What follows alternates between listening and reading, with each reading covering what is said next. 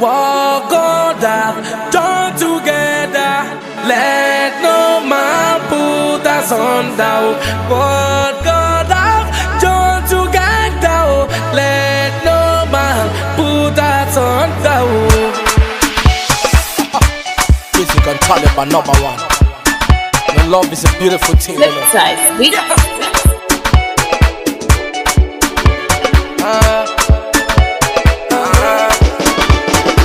ìgbéyàwó ó gba gudugudu méje. A ṣe gudugudu méje. Ẹni bá máa ṣe ìgbéyàwó a ṣe gudugudu méje o. Torí ìgbéyàwó ó gba gudugudu méje o. Ọkọ ìyàwó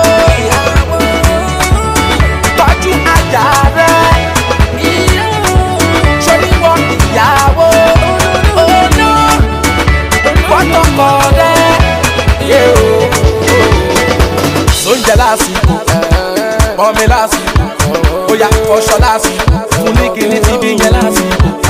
Ohun tá gbé sílẹ̀ lọ́mọ ẹ̀rọ ń gbé. Orúkọ tá bá sọmọ lọ́mọ á jẹ́. Ẹni tí yóò bímọ àbímọ, gbogbo wa la ṣe máa gbọ́mọ jó. Ṣe jẹ́jẹ́, ṣe jẹ́jẹ́, dákun ṣe jẹ́jẹ́, ọkọ ìyàwó ṣe jẹ́jẹ́, ṣe bíbọ ìyàwó ṣe jẹ́jẹ́, ọmọ ń bọ̀ ṣe jẹ́jẹ́, ṣe jẹ́jẹ́ o. Torí ẹni bá máa ṣe ìgbéyàwó á ṣe gudugudu méje. Ìgbéyàwó ó gba gudugudu méje. Ẹni bá máa ṣe ìgbéyàwó á ṣe gudugudu méje o. Torí ìgbéyàwó ó gba gudugudu méje. Sórí ilé ọkọ ilé ẹ̀kọ́ ni. Tẹ́rí bá fọ́kọ́ máa ṣe gbéraga. Ìgbéraga ni ìgbé níralẹ̀. Sórí bàbá ọkọ bàbá rẹ̀ ní ṣe. Ìyá ọkọ ìyá rẹ̀ ní ṣe. Ṣe jẹ́jẹ́, pákó ṣe jẹ́jẹ́, ìyàwó ṣe jẹ́jẹ́, ọmọ ń bọ̀ ṣe jẹ́jẹ́, ìbejì ṣe jẹ́jẹ́, ìbẹta ṣe jẹ́jẹ́. Walk on down, join together, let no man put us under. Walk on down, join together, let no man put us under. Sisi yẹ wá ní mo kí ẹ, gbogbo ṣe inú wo ni mo rí ẹ o. Sábà jáde orí rẹ̀ Olúwa ti bẹ̀ ṣe. Àlùbáríkà lójú láyé yìí, kò sóhun bí fẹ́ láyé yìí. Ṣọpẹ́ orí rẹ̀ Olúwa làbàdàn ṣe. Ìyàwó tọ́jú aya rẹ̀. Ṣoríwọ ìyàwó ọ̀nà fọ́tọ̀kọ rẹ̀. Sóúnjẹ lásìkò, pọ́nmi lásìkò, bóyá fọṣọ lásìkò, fún ní kíní tí bí yẹn lásìkò. Ohun tá gbé sílẹ̀ lọ́mọ ẹ̀rọ ń gbé. Orúkọ tá bá sọmọ lọ́mọ á jẹ́. Ẹni tí yóò bímọ àbímọ, gbogbo wa la ṣe máa gbọ́mọ jó. Ṣe jẹ́jẹ́, ṣe jẹ́jẹ́, dákun ṣe jẹ́jẹ́, ọkọ ìyàwó ṣe jẹ́jẹ́. Some of the music and Taliban #1. MSN Gangi, Avatar, yeah. Music and Taliban lip ties on the radio. J-Man in the mix.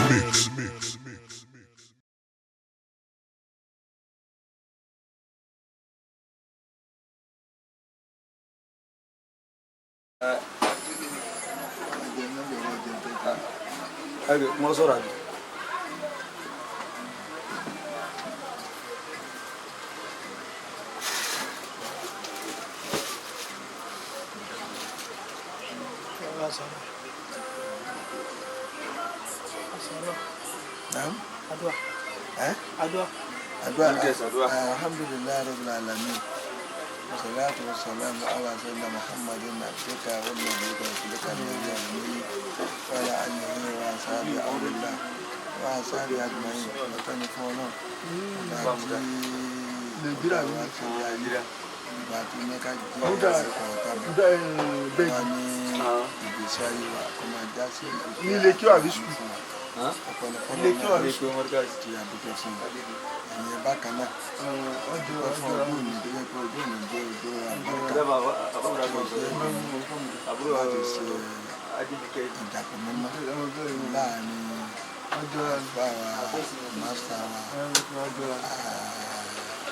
Master Muhammad Salim Akanbi Abdulaziz Ọlásùwádé wa àtòkùdú ìyàwó rẹ̀ náà Salima Ìdásọ ọ̀rẹ́ Ọlọ́run tí onítọ́jú ọ̀nà àgbẹ́jọ́ ìdùnnú fún wa láàrin méjèèjì ọ̀nà ìlàbùkù fún Ọlọ́run kó bá ní síyàwó kó bá ní sílàbí àmọ́ kó bá ní sí ọkọ náà ní ọkọ àlùbáríkà kó sì yàwó náà ní ẹ̀rọ àlùbáríkà kó sì wọ́n ní ìgbàgbé wọn kọ́lọ́ ọdún tó tura kọ́lọ́ ọmọdé ànáwó ẹ̀ méjì àti pẹ́tọ́lọ́ ọ̀nà kọ́jú òní tó bá aláyé tí í ṣe ọjọ́ kìíní oṣù sáfà ìdílé náà jẹ́ ọgọ́dọ̀ ọlọ́ ó jẹ́ ọjọ́ 26 oṣù keje July oṣù òyìnbó wá wọ láàánú oṣù sáfà ìtàgbọ́sọ gbogbo tí ń jẹ́ aburú tí máa ṣẹlẹ̀ dápọ̀ ọlọ́run lẹ́yìn ìyàwó mọ́jọ ṣẹlẹ̀ sí wọn náà ohun tí wọ́n máa jẹ́ dáadáa ní ojú kan máa rí òkú mọ́jọ lórí aburú àbẹ̀wò ọlọ́run àárín wọn àti Sálímà àkọ́kọ́ rẹ̀ ọlọ́run mọ́jọ bàjẹ́ káàrin wọn máa dùn káàrin wọn máa lálùbáríkà fún bí máa dùnú fún oṣù mọ́ wò wọn láàrin èèyàn bí oṣù bí èèyàn ọlọ́run mọ́jọ bá wọn gbé wọ́n wá ṣe ìyàwó náà ní àgà bánisílábí àmọ́ gbogbo ohun tí ọkọ rẹ̀ pàtẹ́ bá lọ́wọ́ ọkọ rẹ̀ kó máa lókun sí ibi tí a ti ń ṣiṣẹ́ àti Abidjan àti Nàìjíríà ọlọ́mọdé wà bàjẹ́ wọn ti bu ọlọ́kan sọ̀rọ̀ gbogbo àgbà gbogbo tó ṣẹ́kù náà nínú àbúrò àti ìgbà kó náà bá ní so ìgbèrè fún wọn ọgbẹ́ látòrí tomato ìgbèrè àbúrò náà àbúrò Ọlọ́run bá ní jọkọ kó bá ní jogún ọkọ rẹ̀ fún wọn kó sì fún ọlọ́mọ àlùbáríkà gbogbo àwọn tí wọ́n bá ní ṣèyẹ látòmí ìbẹ̀ látòmí wọn ní yàmùsọ́kù orí gbogbo ọmọ wa ní tèbésù gbogbo àwọn tí wọ́n wá pátá kó oríire ló tún jẹ́ àsìkò tí ọmọ wa ní yàmùsọ́kù lọ Mákà náà ní Salim náà ìgbéyàwó àbẹ̀wò náà ìgbéyàwó náà lálùbáríkà wọ́n ṣe láti gbéyàwó wọ́n ṣe yàwó náà ní àbùkù ọkọ ayé ìyàwó ayé ní kọ́ lọ́wọ́ ṣàméjèèjì wọ́n sì yàwó níyàwó àlìjàmí wọ́n sọ̀kọ́ náà lọ́kọ̀ àlìjàmí àbẹ̀wò náà ṣàánú wọn lórí wọn náà ṣàánú wọn lórí wọn náà gba jáde jókòó tá a jẹ́ ní jókòó ṣàdúrà lọ́jọ́ afá àyẹ̀wò àná àrẹ́gbà lóun jẹ́ àṣírí ẹ̀fọ́ wọn náà nígbà òkè wà láyé ìmáàmù wa lájẹ́ àmúṣọ́kọ̀rọ̀ nẹ́ẹ̀fù ọlọ́run àbẹ̀wò náà ó ti ṣe tiẹ̀ ó ti di bímọ àwọn àbẹ̀wò náà àánú àtúnyàwó náà àtàwọn ọmọ Ọlọ́run gbogbo wọn lábàríkà ọmọ ni wọ́n jẹ́ fún wa má fi wọn pa wá lẹ́kùn má fà wá náà gbàgbọ́ ní jẹ́ látòjọ́ ọlọ́pàá tó wọ́n lọ má ṣe láti mọ́ náà má ṣe láti má má ṣe láti má wọ́n bá yà ṣe gbogbo ayé má ṣe láti má ọlọ́fàtì. Bismillahirrahmanirrahim. Alhamdulillahi rabbil alamin. Arrahmanir rahim. Maliki yawmiddin. إياك نعبد وإياك نستعين اهدنا الصراط المستقيم صراط الذين أنعمت عليهم غير المغضوب عليهم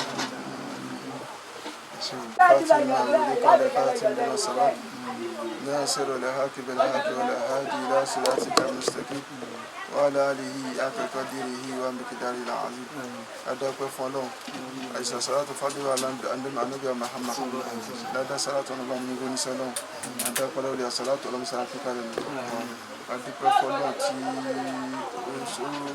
كاروني tí ó lójú ká rónìí àdúgbò fọlọ́run ojú tó sí fún àtàfi rónìí ọlọ́dàkùn dòrò náà jẹ́ ojú òní náà tí tọ́wájú ojú ayẹyẹ náà ọ̀dàkùn máa ń fa àbáríkà sí ọ̀dàkùn dákùnjẹ́ ọ̀rọ̀ ọ̀nà ọlọ́mọjà fojú ọlọ́mọjà fojú ọjà àbúrò ọlọ́run àbáríkà tó pọ̀ ọjà kọmọkámọ́ lọ́tò ní sí àti ìyàwó àtọkọ ọlọ́dàkùn bá ní gbé máa rí fún wọn ọlọ́ba ní fún wọn lábàríkà gbogbo tó bá lọ́wọ́ wọn ọlọ́dàkùn méjì kankan bàjẹ́ bẹ́ẹ̀ ọlọ́dàkùn bá ní fún wọn lówó bá ní fún wọn lọ́lá ìfọ̀kànbalẹ̀ ìṣẹ́gun ọ̀tá àránṣẹ́ tààrà ẹ̀mí gúngàn ọlọ́kùn sáwọn sí fún wọn ọmọ àbáríkà gbogbo ọmọ tọ́lọ́mọ ọmọ sí fún ọlọ́mọ sí ní ọmọ dùnú ọmọ lórí ọlọ́wọ́ àṣẹ níyàwó náà ní wàlúdù kọ́lọ̀ jẹ́ sọ́lọ́ sí ìyàwó náà ní ọmọ tó kọ́ bí dùnú kó tó àmọ́ bí ọmọ ó dùnú ọlọ́mọ sábà ní síbẹ̀ àbáríkà láìláìlára àwọn bàbá wa àbùkádà náà tí tí wọ́n fẹ́ ìyàwó fún ọmọ ọ̀dàkùnsá ọlọ́run jáde àwọn náà pé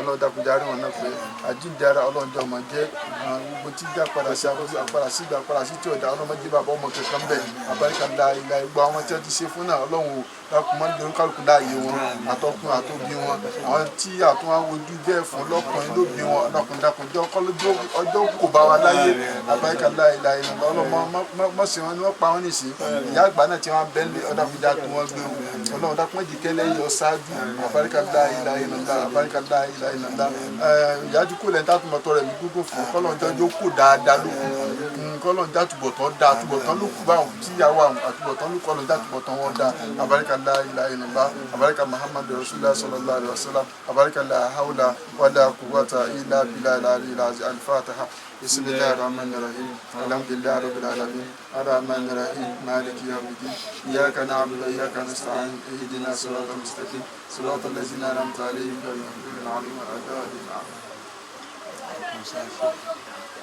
أعوذ بالله من الشيطان الرجيم بسم الله الرحمن الرحيم من الله وعلى الله وإلى الله وصلى الله على سيدنا محمد وعلى آله وصحبه وسلم أدعوك فún Ọlọ́run àtọ̀rọ̀kẹ́ àti gẹ̀ fún alẹ́ ìlọ́rọ̀ Ànábì Muhammad àtàrà Ànábì àtọ̀rọ̀ àdúrà fáwọn tó ti lọ nínú àwọn àfáà wa àwọn olùkọ́ wa àwọn olùdarí wa ọlọ́mọsálẹ̀ foríjì wọn ọlọ́pàá tó wọn sẹ́lẹ̀ fẹ́rẹ̀ àtàrà bẹ̀ àtọ̀rọ̀ àdúrà fún àwọn bàbá wa tí Ọlọ́run ní kí ìdùnnú kọ́ kàn sí wọn lọ́jọ́ ìní àwọn bàbá wa àgbà ọlọ́jọ́ kẹ́ẹ̀pẹ́ fún wa àwọn bàbá mọ̀kádà ọlọ́jọ́ kẹ́ẹ̀pẹ́ fún wa orí Ọlọ́run lélẹ̀ ọlọ́mọdé ó bàjẹ́ ìgbéyàwó tá a fẹ́ sí ọlọ́mọsẹ̀lẹ̀ fàlùbáríkà sí ẹ̀yìn sí tàwọn táájú ńlálùbáríkà wọ́n sì ń fi bí nǹkan rere Ọlọ́run ilé ìta fẹ́ sí ọlọ́mọdé ojú wa lọ́nà ilé ìta fẹ́ sí Ọlọ́run kò sí níyàwó àdìrẹ́ lọ́la ọlọ́wọ́lá púpọ̀tà ilẹ̀ lẹ́yìn ìyàwó sí Ọlọ́run bá dákun ọmọ lálùbáríkà ọlọ́mọsẹ̀lẹ̀ jogó fún wa ọmọ lálùbáríkà ọlọ́mọsẹ̀lẹ̀ jogó fún wa àwọn tó tún kó kù lọ́wọ́ yín bẹ́ẹ̀ lọ́kùnrin bẹ́ẹ̀ lóbìnrin bẹ́ẹ̀ ilé kìí ṣe wọn sojú yín o àtọ̀rọ̀ àdúrà náà bẹ́ẹ̀ fún ọmọ wọn náà ìgbà tààrà bẹ́ẹ̀ ọlọ́mọsẹ̀lẹ̀ sí fáwọn náà àtàrà bẹ́ẹ̀ àtọ̀rọ̀ fún bàbá wa ní ọmọsọ̀kòrò wa ṣéwé dèrè Salahuddin Ọlọ́run ìgbà tààrà ọlọ́mọsẹ̀lẹ̀ sí fún wa gbogbo àwọn àfáwà yányá ọlọ́mọsẹ̀lẹ̀ dòó tí wọn afọlá bàbá wa Sheikh Adamu àfibẹ́lọ́n Ọlọ́run ìgbéyàwó tá a fẹ́ sí ọlọ́mọsẹ̀lẹ̀ fàlùbáríkà sí gbogbo àwọn èèyàn tí ó wà pátá lọ́kùnrin lóbìnrin ogun kẹ̀kẹ́ ogun mọ́tò èyí tí ó fẹsẹ̀ ọlọ́mọdé àrìnà yìí sí o ìjọ orúkọ rí tí ìmọ̀ rí lẹ́yìn ìgbéyàwó lẹ́yìn ìjókòó ọlọ́mọsẹ̀lẹ̀ fi sọ́wọ́ Ọlọ́run ọlọ́lá kó wọ́ta àlékún àlàáfíà ọlọ́mọsẹ̀lẹ̀ sí fún yíṣà àlékún àlàáfíà ọlọ́mọsẹ̀lẹ̀ sí fún yíṣà àárín yìí ànáda ìnídà tó wà tó lánàá ọlọ́mọdé ogun rẹ̀ mọ̀mọ́ wa ti mẹ́lẹ̀ ìgbóhùn àtàláfíà Ọlọ́run ti yàn dáre ọlọ́mọsẹ̀lẹ̀ jẹ́ kí mọ̀mọ́ náà pẹ́ fún wa tí mọ̀ náà bá pẹ́ tó ọlọ́mọdé ọkùnrin mọ́jọ mọ́ kaná wọn sàárẹ̀ ọmọ mọ́ ọlọ́lá kó wọ́ta ilẹ̀ àtàláfíà tó lọ fún bàbá wa ajímọ̀tò rahma ọlọ́mọsẹ̀lẹ̀ foríjì wọn ìyá tó lọ ní ìjẹta lọ bá wọn ọlọ́mọsẹ̀lẹ̀ foríjì wọn náà ọlọ́mọsẹ̀lẹ̀ tẹ̀ wọn sáfẹ́fẹ́ rẹ̀ gbogbo wọn àgbààgbà tó wá kù láàfáà fún nílùú Abidjanbi ọlọ́bàdàkùn mọ́sẹ̀lẹ̀ jẹ́gẹ́ mi ogun dáadáa ọlọ́mọ mọ́sẹ̀lẹ̀ jẹ́gẹ́ mi ogun dáadáa ọlá bisimilahi alam nashra bisimilahi rahmani rahim alam nashra laka sadra wa adana anka wizra alladhi anqadha dhahrak wa rafa'na laka dhikra fa inna ma'al usri yusra inna ma'al usri yusra fa idha faragta fansab wa ila rabbika farghab subhana rabbika rabbil izzati amma yasifun wa salamun alal mursalin walhamdulillahi rabbil alamin. àdúpẹ́ lọ́wọ́ gbogbo àwọn tí wọ́n kó wa lọ́wọ́ nínú àwọn ọmọ mi tí wọ́n ní kò ní ṣòro fún mi bẹ́ẹ̀ látòrí rúfkàtù mi aláàjù wa Adélayọ̀ bàbá Adéyimika nítorí bàbá Fab Abdullateef Aliyullah gbogbo àwọn ọmọ náà mo fi dá ìyá àbèjì tó sì yá akọ ẹ̀ẹ́dẹ̀fáyìká ìfúnmọ́tò gbogbo apátápátá kò ní wọ́n dúró Sùmọ́mọ́dù Sákìrù gbogbo wa ní wọ́n dúró gbogbo apátápátá wọ́n dúró láti pé ojú ọmọ tì mí lọ́wọ́ mo tún ọmọ náà nígbà ọmọ náà rọwọ́ mú wọn pátápátá ẹbí bàbá lẹ́kàn náà Adélayọ̀ mo gbàdúrà tó pọ̀ lọ́mọ bá kára jẹ́ o gbọ́lá púpọ̀ kalẹ̀ ní bàbá ọkọ̀ ń bẹ́ yóò tún náwó nára lọ́mọ bọ̀kọ̀ náà di rẹ̀ o látúbọ̀ lọ́kàn sọ̀rọ̀ lọ sàánú rẹ̀ ọlọ́run irú wọn ọlọ́run jọ pọ̀ náà wọn ọlọ́run wá sẹ́lẹ̀ máa láàánú látúbọ̀ lọ́kàn sọ̀rọ̀ lọ gbogbo àdúrà tẹ̀sí ọlọ́run bá ní gbọ́ ó ti gbà àti sóríire àdúpẹ́ fọlọ́run bá tó sọjọ́ òní lọ́jọ́ ayọ̀ ọlọ́wọ́ àtàyọ̀ ọdúpẹ́ ọlọ́wọ́ àtàyọ̀ ọdúpẹ́ ọlọ́wọ́ àtàyọ̀ àdúpẹ́ fún Olúwa bá tọ́pẹ́ yẹn sọjọ́ òní lọ́jọ́ ayọ̀ ọlọ́wọ́ àtàyọ̀ àdúpẹ́ sọ́kànnà akẹ́yìn kabara máa wà òyìnbó ọlọ́run ní jó dúdú o àṣẹ ẹ̀dúpẹ́ o ọlọ́run àdúpẹ́ fún yín o àkàlà àkàsùrù lọ́wọ́ ṣe fún yín ẹ̀yin ní òbí sẹ́ni ẹ̀yìn sàlùbáríkà ẹ̀ fi kọ́lé ẹ̀ fi lọ Mẹ́kà ẹ̀ fi lọ Jerusalem gbogbo ní tẹ̀yìn ṣe bí iṣẹ́ náà ọlọ́run jẹ́ ṣe dáadáa náà ẹ̀ ní sẹ́ká lẹ́gbàrá ọlọ́ ọláyé náà tẹ̀ náà. ayé ọmọ ìgbà tí yín ẹ ṣe àmì àmì. báwo ni àwọn àmì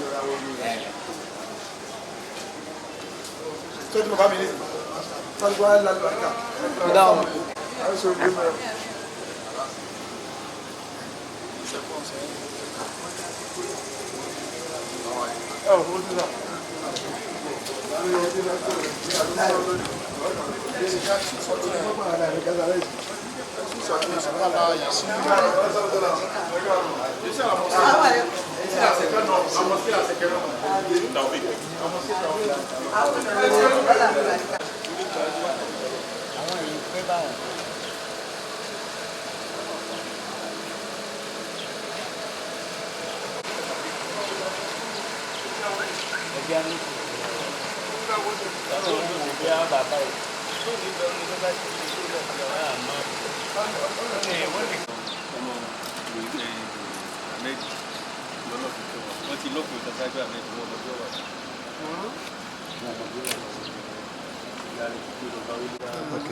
ẹ máa rẹ́rìn-ín kìsìkìsì àwọn ọwọ́ yín yẹn ẹ̀yà ọwọ́ yín kejì kẹ́ ẹ̀ tí kùn ọkọ̀ síbẹ̀.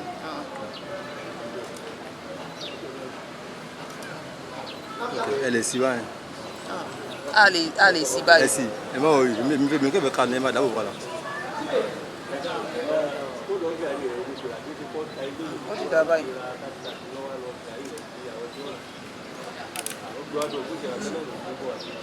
Okay. Yeah, ẹ dábò.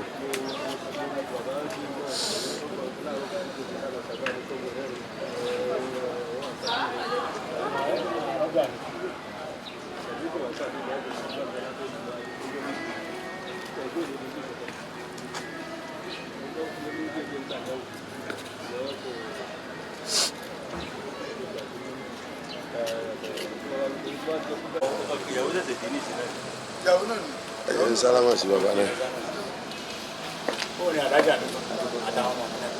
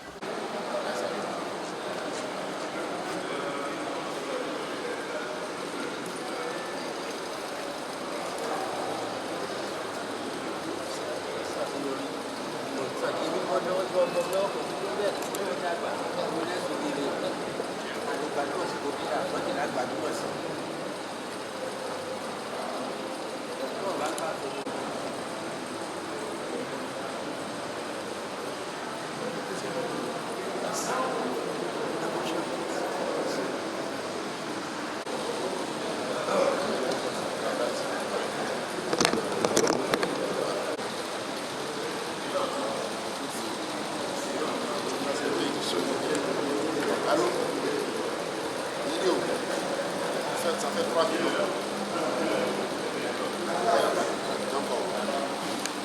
Si tu as une rentrée à l'aller, on s'est allé bien.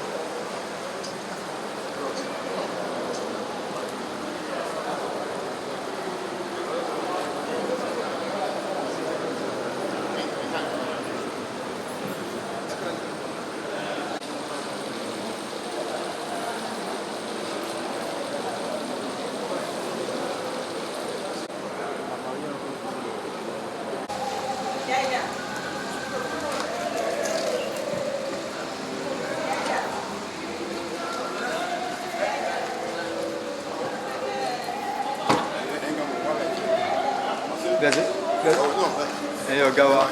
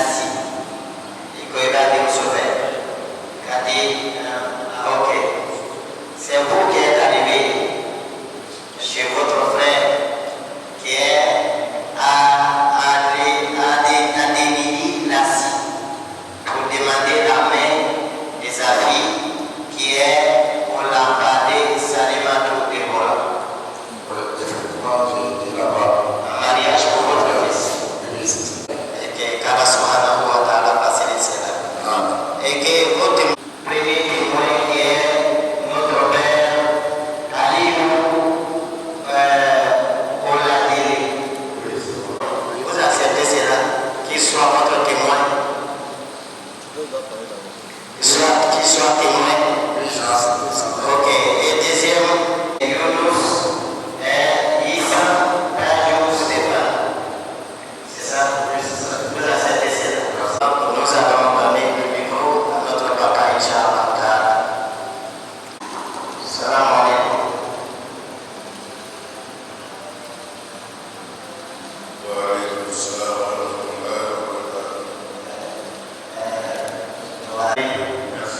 Inch'Allah.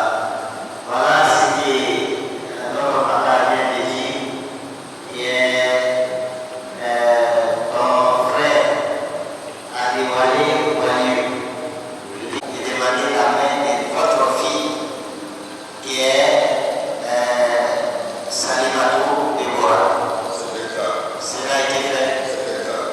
Est-ce que vous acceptez de donner votre fille en mariage à notre papa qui est Wali pour son fils? Wali. Inch'Allah, Allah subhanahu wa ta'ala facilite cela. Et au témoin de Mamadou et jumeau à Yedouni, vous acceptez. Inch'Allah, Allah subhanahu wa ta'ala facilite cela. Et que le professeur nous dit dans sa parole, pour qu'une femme soit femme pour un homme, il faut qu'il y ait une dot.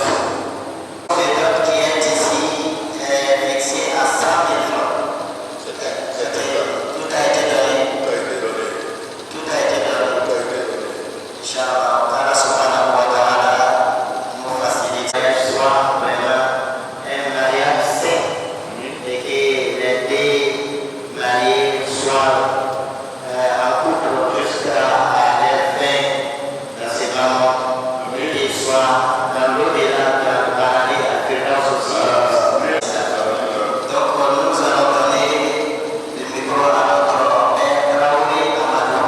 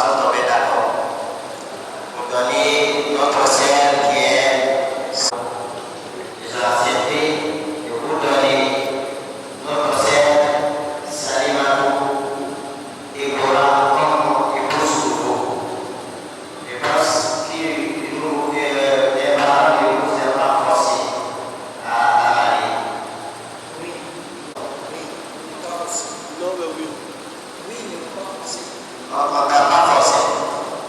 Vous avez accepté. Et votre propre, votre intention, qu'elle soit votre épouse. Nad'u Allah subhanahu wa ta'ala an yaj'alaha muti'atan wa mustaqbiha. Allahumma lakal hamdu kama yanbaghi li jalali wajhika wa 'azimi sultanik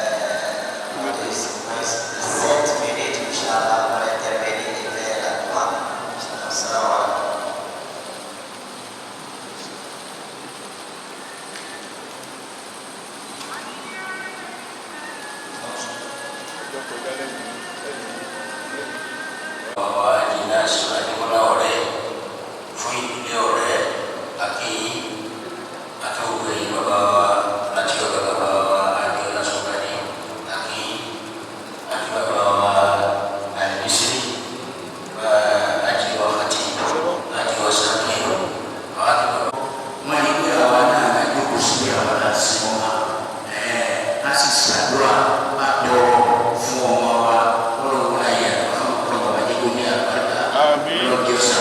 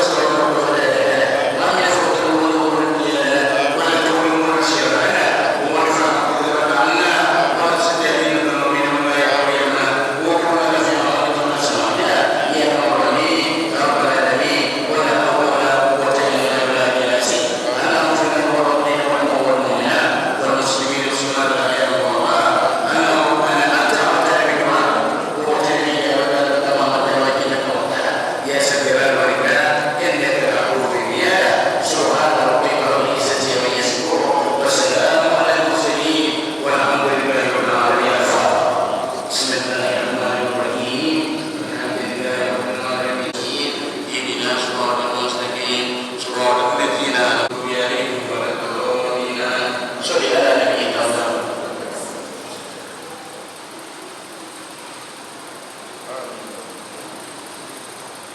رب العالمين الحمد لله رب العالمين.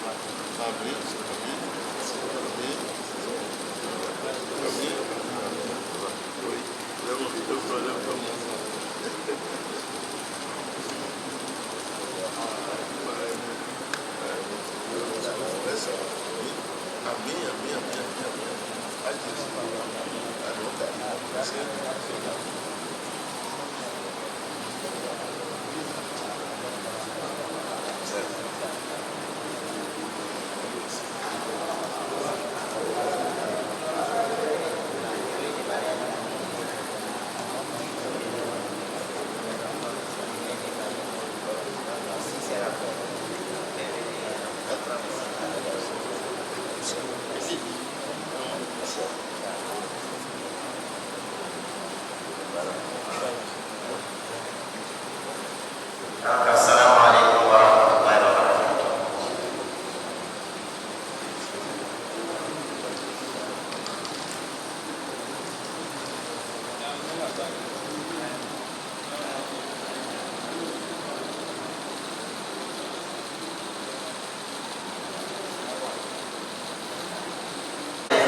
Bismillahirrahmanirrahim.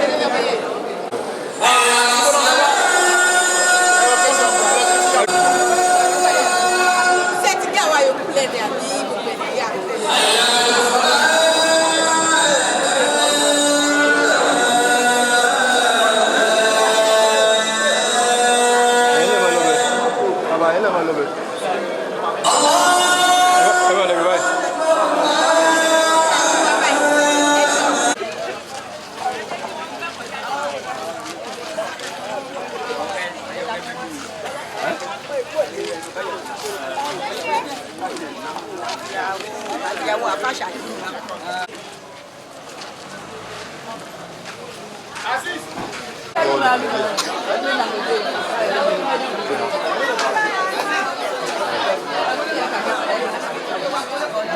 Wọ́n yóò kọ́ ọ̀rọ̀ ọgbọ̀n.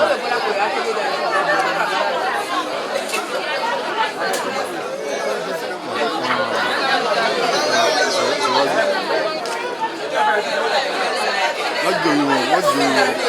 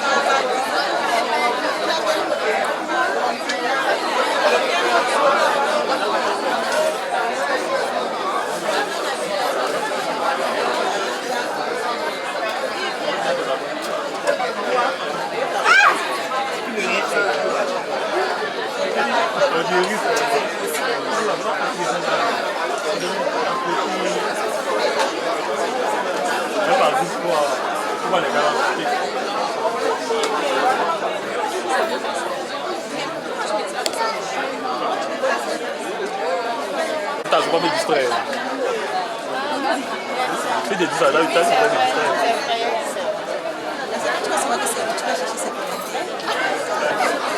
Prochainement, mec. Prochainement.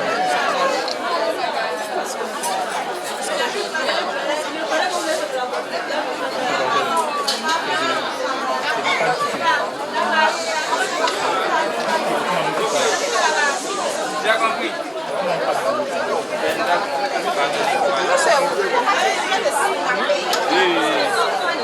Exactement.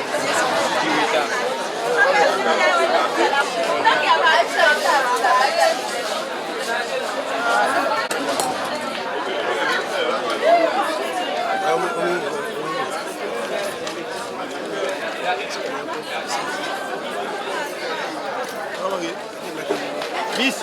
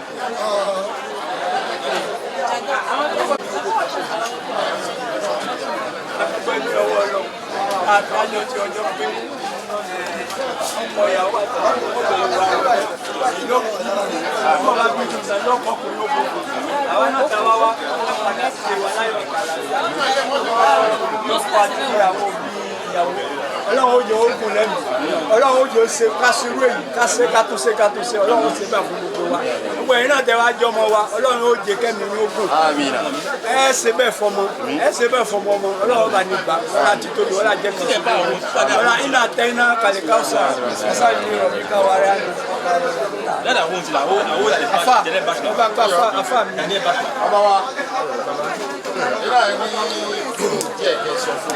bẹ́ẹ̀ni adúpẹ́ fọlọ́run ọba a fi yìn fún ànábì wa Muhammad pẹ́ta adáfọlọ́ba ní gbàsá àyọ̀pẹ́ àtàlátù tó a ti fún ànábì kọlọ́ba ní mú gbà adúpẹ́ tọ́jú òní bá wa láyé tọ́ba wa láyé àwa tọrọ àlùbáríkà tó pọ̀ sínú ìgbéyàwó yìí ọlọ́run mọ́ sí ilé ilé àsìmọ̀ fún wa lọ́wọ́ àárín ìyàwó àti ọkọ ọlọ́run kó fún àlùbáríkà sí àwọn òbí méjèèjì náà ọlọ́run ìdílé méjèèjì ọlọ́run kó fún àlùbáríkà sí ọlọ́run àwòlàwàlà àfọwátà yìí gbogbo àwọn táwa lónìí ọlọ́run mọ́ jẹ́ àrán tí ò ní ká fi banújẹ́ àwòlàwàlà àfọwátà yìí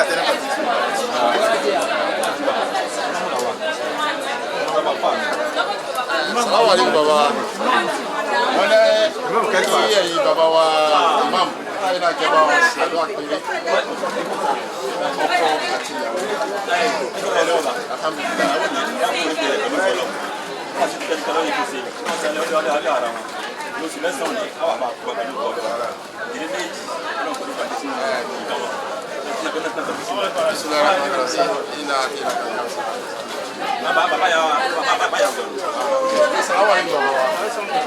Ẹ̀dá kan ẹ bá ní ìṣẹ́dúrà fún ọkọ àti ìyàwó. Wípé òun ó fi nǹkan náà ránṣẹ́ sí wọn. Àmín. Nǹkan tó fi kún mi ló sọ fún yìí.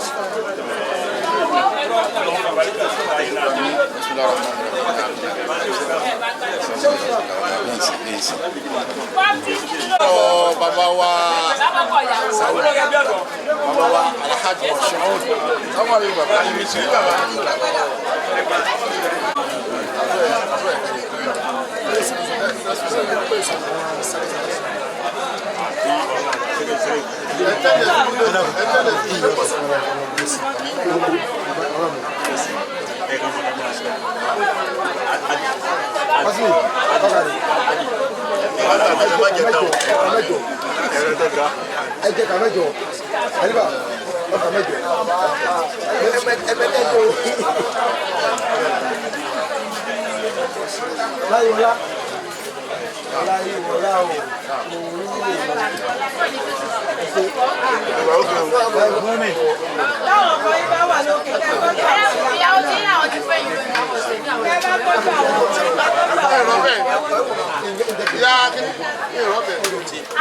Khalifa, yàrá làbá.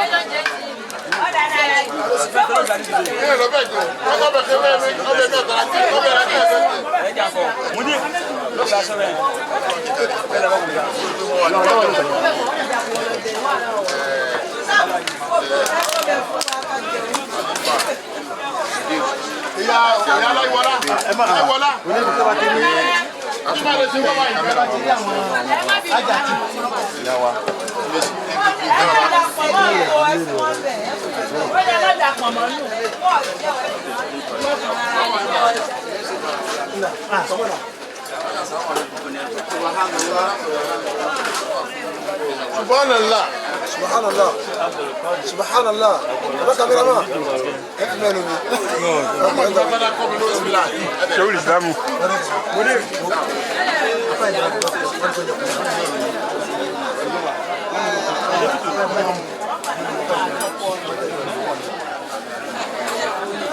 Abdul Qadir Mustafa. Yàrá kúkú ló gbọ́ bẹ̀ wá sódì náà.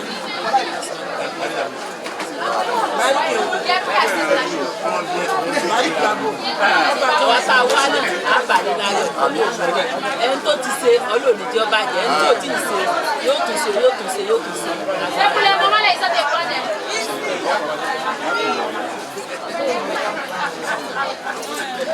Ó gba àwọn méjì.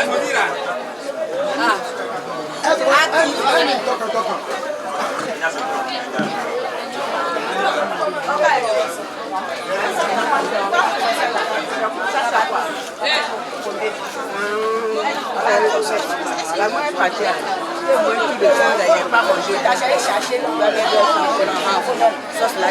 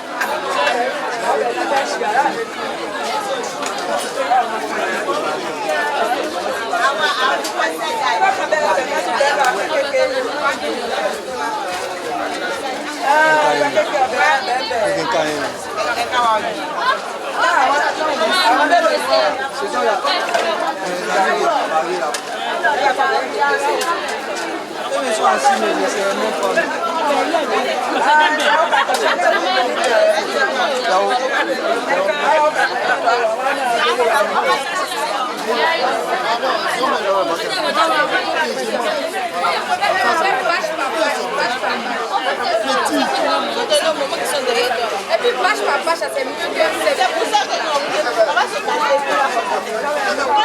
On va se calmer pour la s'organiser. Avant vous allez passer sur le même si la fois qu'ils avaient calé sa forme, ça va faire. On en voit assez de chacun. Moi pour mon fils, on va tirer pour mon fils.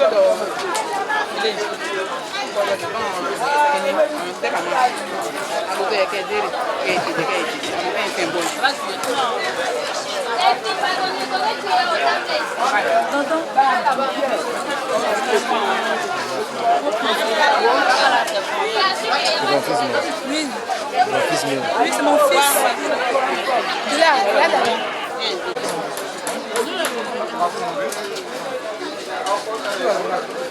Un peu dans la tête.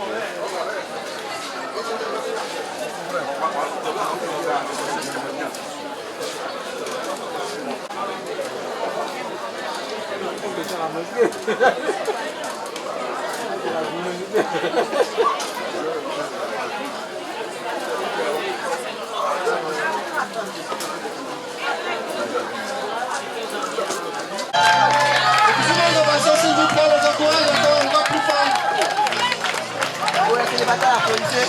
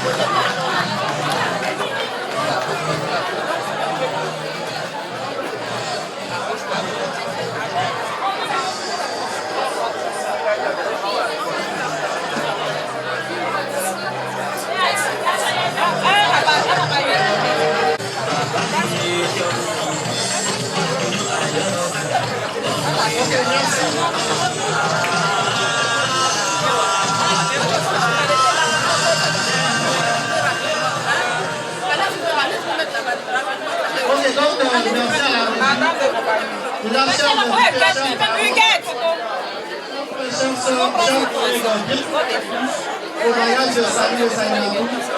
On va pouvoir rentrer dans le but du sujet pour que nous allons demander à...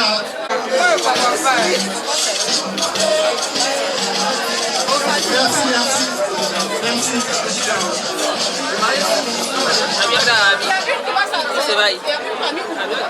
Ok, bienvenue à tous.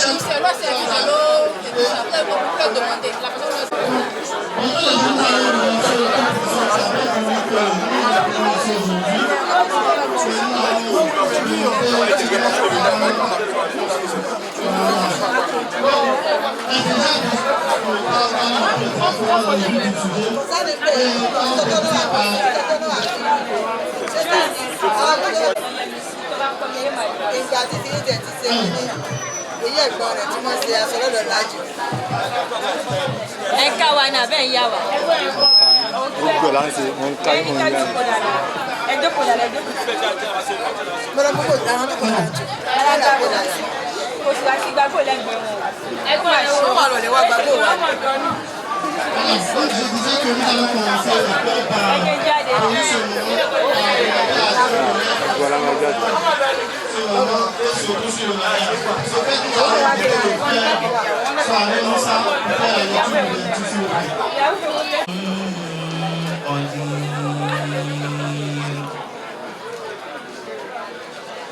إن في خلق السماوات والأرض واختلاف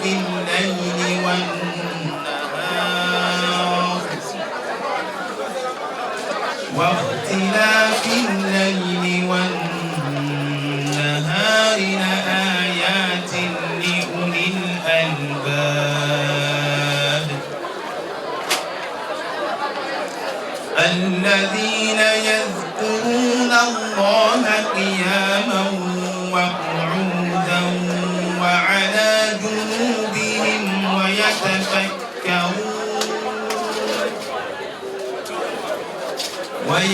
ويتفكرون في خلق السماوات والأرض ربنا ما خلقت هذا باطلا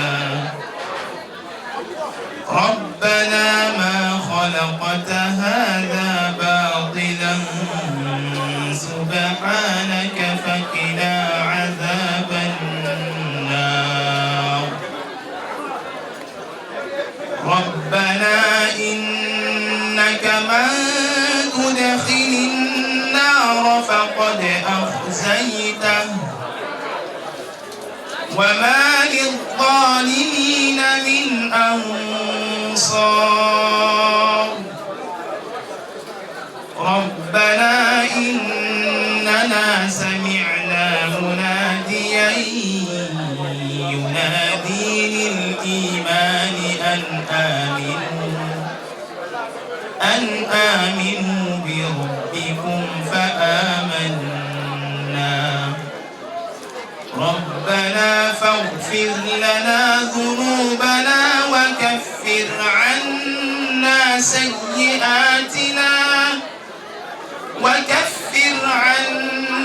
سيئاتنا وتوفنا مع الأبرار ربنا وآتنا ما وعدتنا على رسلك ولا تخزنا يوم القيامة إنك لا تخلف الميعاد صدق الله العظيم. Donc on remercie le frère Soiré Moussa pour cette très belle lecture d'ouverture qui vient couronner cet événement avec la parole de Allah subhanahu wa ta'ala. Et sans plus tarder, nous allons passer un autre temps de cette cérémonie. Naturellement, du côté du marié comme de la mariée, tout le monde s'est posé des questions. Bon, Salimatou, elle va se marier avec qui? Peut-être pour ceux qui ne le connaissent pas. Salim aussi. On s'est demandé sûrement qui est Salimatou. Donc, nous allons procéder à une brève présentation de nos deux mariés. Déjà, nous allons commencer par le frère Salim. Donc, qui est notre marié?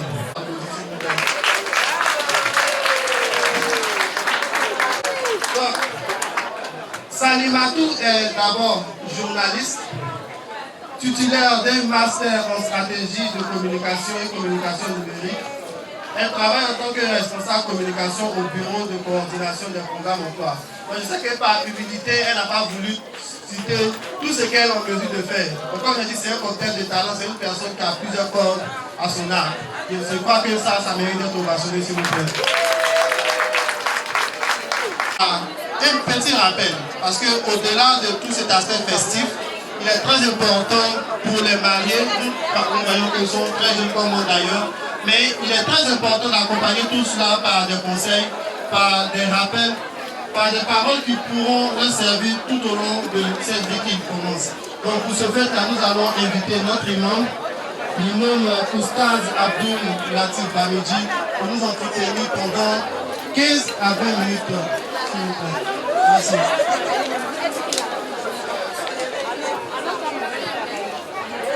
من يضلل فلا هادي له أشهد أن لا إله إلا الله وحده لا شريك له وأشهد أن محمدا عبده ورسوله يا أيها الذين آمنوا اتقوا الله حق تقاته ولا تموتن إلا وأنتم مسلمون يا أيها الناس اتقوا ربكم الذي خلقكم من نفس واحدة وخلق منها زوجها وبث منهما رجالا كثيرا ونساء واتقوا الله الذي تساءلون به والأرحام إن الله كان عليكم رقيبا يا أيها الذين آمنوا اتقوا الله وقولوا قولا سديدا يصلح لكم أعمالكم ويغفر لكم ذنوبكم ومن يطع الله ورسوله فقد فاز فوزا عظيما أما بعد فإن أصدق الحديث كتاب الله وخير الهدي هدي محمد صلى الله عليه وسلم وشر الأمور محدثاتها وكل محدثة بدعة وكل بدعة ضلالة وكل ضلالة في النار فالسلام عليكم ورحمة الله وبركاته أيها المستمعون الكرام.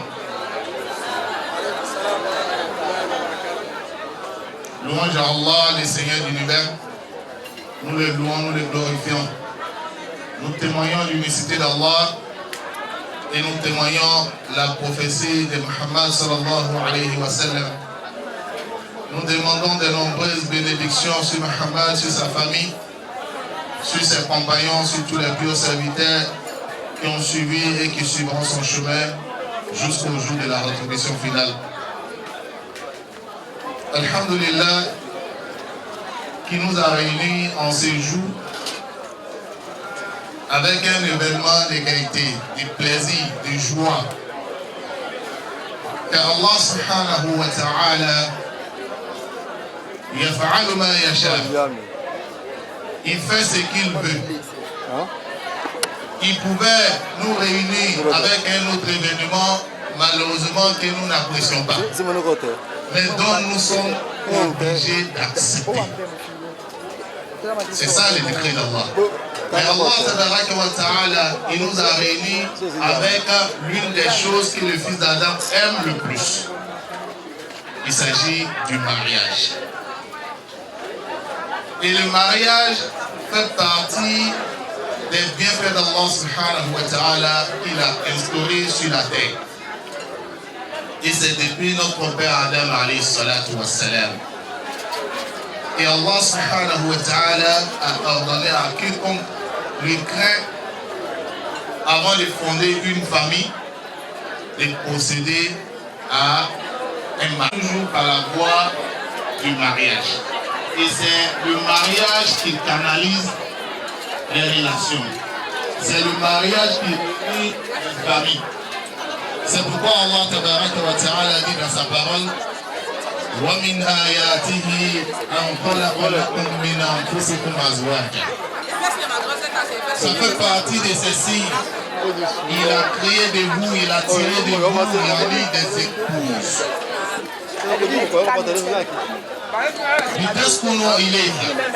Pour que vous puissiez trouver et amener de la tranquillité en elle. Ça nous montre clairement que l'objectif du mariage, c'est d'avoir un esprit, c'est d'avoir du repos. Parce que le mot sakan dans la langue arabe, c'est un mot qui incarne yani, la tranquillité, le repos. C'est pourquoi on appelle parfois la... On rappelle que l'objectif de ce mariage, le texte qu'on a, il est. C'est pour que nous puissions trouver le repos avec nos épouses. Vice versa, l'épouse également puisse trouver la tranquillité avec son époux. Et Allah subhanahu wa ta'ala nous fait savoir que ça, c'est ainsi pour les qawmin yatafakkarun, pour un peuple qui réfléchit. Il y en a pour des gens qui méditent sur la grâce d'Allah subhanahu wa ta'ala. Voilà nos deux mariés du jour ont décidé de suivre l'ordre d'Allah subhanahu wa ta'ala. Ils ont décidé de suivre la sunna du messager d'Allah sallallahu alayhi wa sallam. كحث النبي صلى الله عليه وعلى آله وسلم الزواج لنا. Le messager d'Allah sallallahu alayhi wa sallam nous a incité également à se marier.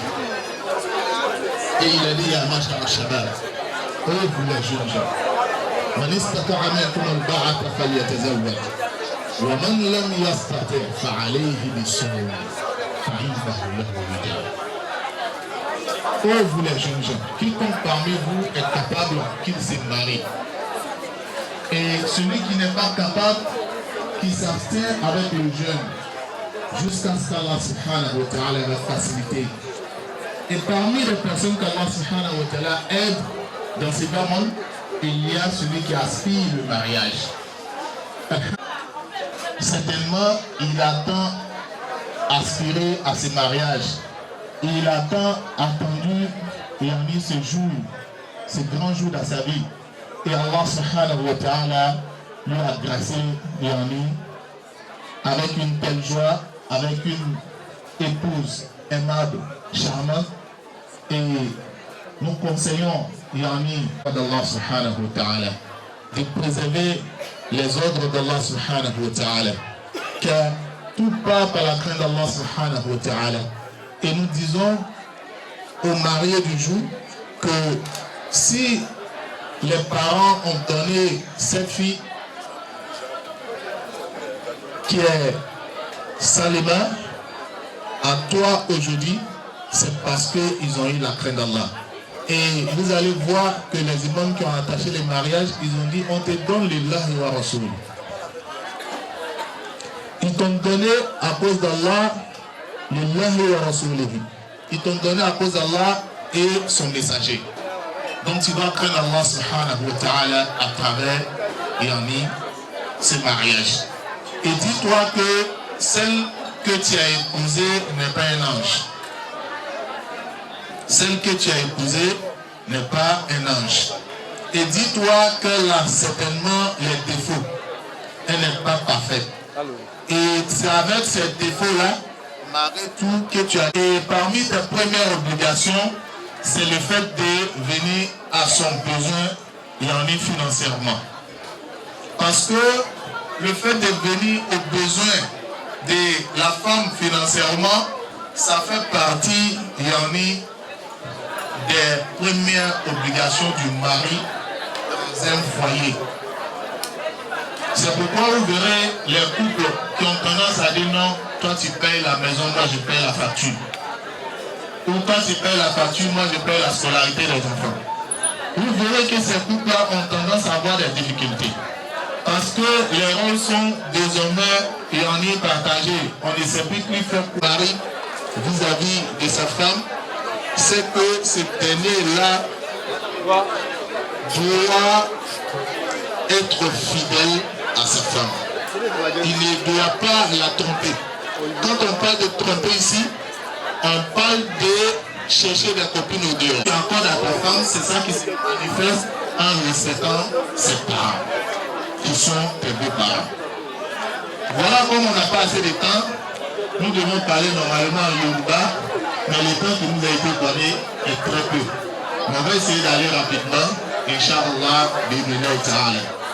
Parmi les devoirs de l'épouse, c'est le fait que celle-ci, envers son époux, envers son mari, c'est le fait que celle-ci soit obéissante à son mari. Et quel que soit ce faire, quel que soit ce que tu veux prendre comme décision, il faut absolument toujours consulter ton mari. Parce que désormais, il est celui qui assume ta responsabilité. Il est celui-là dont tu dois toujours demander. Plus à l'époque où tu étais, où quand tu penses à quelque chose, automatiquement le lendemain, tu le fais. Désormais, tu as un époux, tu as un responsable. Et ces derniers-là, tu dois la viser. Tu dois tout ce que tu veux faire avant d'entamer la chose. Et tu dois attendre son ordre également avant d'entamer la chose. Parmi les devoirs de l'épouse vers son époux, il y a le fait qu'elle soit fidèle. Lorsque tu es marié en tant que femme, tu dois être fidèle à ton mari. Dis-toi que lorsque ton mari te confie quelque chose, il faut préserver cela. Lorsque ton mari te confie quelque chose, il faut préserver cela. Et lorsque tu es dans la maison, il faut gérer les choses de ton mari. Parce que dis-toi que c'est lui qui fait les dépenses. Nous avons dit tout à l'heure que les dépenses de la maison incombent au mari. Donc, il n'appartient pas à la femme de gaspiller les biens de son mari. Gaspiller du courant, de l'eau, le gaz, tout ce qui va dans ce sens dont tu sais que les paiements incombent à ton mari. Tu ne dois pas gaspiller cela, tu dois préserver cela. Et il y a le fait que tu soutiennes également ta femme moralement. Lorsqu'elle est attristée, peut-être qu'elle est malade, peut-être qu'elle a une pensée qui l'attriste, alors tu dois la soutenir, tu dois la venir en aide. Tu dois lui venir en aide. Donc ainsi, parmi les devoirs du mari également, c'est qu'il participe aussi à l'éducation de la femme. Et qu'il participe, ainsi, parmi les devoirs de la femme, il faut que celle-ci participe à l'éducation des enfants. Qu'elle veille sur l'éducation des enfants. Et il faut qu'elle essaie d'entretenir de bonnes relations avec sa belle famille également, la famille du mari. Bonjour Allah. Adáwọ̀pẹ́ fún Ọlọ́run ọba àtọ̀rọ̀ ìkẹ́ àti ìjẹ́ fún ọmọdé Muhammad sallallahu alaihi wasallam. Ẹni tó kó àjọ ní ọjọ́ tòní nǹkan dùnú ni. Èyí tí ó sì ṣe pàtàkì púpọ̀ nínú ayé ẹ̀dá òun náà ni kéèyàn gbéyàwó. Tí a bá bí ọkọ ìyàwó tòní àti ìyàwó tòní ilé rẹ̀. Náà tá a ti ṣe irú rẹ̀ rí.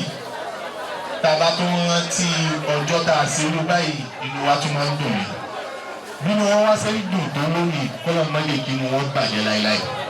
Kọ́lọ́ mọ́lẹ̀ kí ni wọ́n bàjẹ́ láéláé. Kọ́lọ́ wọn fi àwọn ọmọ alábàárìkà tó jogún rẹ̀ fún wọn. Kọ́lọ́ fi ta wọn lọ rẹ̀. Èyí ló sùn mẹ́sàn-án kí Ọlọ́run jẹ́ kí àwa bá wọn jẹ ọkọ̀ ọmọ. Kí àwa bá wọn kó mọ̀. Wọ́n á jẹ́ ká sọ náà. Wọ́n lá la hawla wala quwwata illa billahi al-aliyyil azim. Gẹ́gẹ́ bí a ti ṣe sọ ṣáájú nínú èdè òyìnbó tí a mọ̀ sí pàtó. A ṣàlàyé àwọn kankan fún àwọn méjèèjì tí ọ̀rọ̀ yìí kà. Mo rò pé ọ̀pọ̀lọpọ̀ náà ni ó ti gbọ́n ká sọ. Lọ́nà pé kí èyí tí a sọ yìí kọ́ ló kó sí wọn láǹfààní. Lásìkò púpọ̀ torí àwọn tí wọ́n gbé ètò dúró wọ́n fi yé wa pé ìṣèlú jìnnà. So òwe ìta sọ yìí kọ́ ló kó sí wọn láǹfààní. Ọlọ́run máa ṣe ní àlejò ọdún fún wa. وبارك الله عليهما وجمع بينهما في الخير. وصلى الله وسلم وبارك على عبده ورسوله نبينا محمد وعلى آله وأصحابه أجمعين. سبحانك اللهم وبحمدك لا إله إلا أنت أستغفرك وأتوب إليك.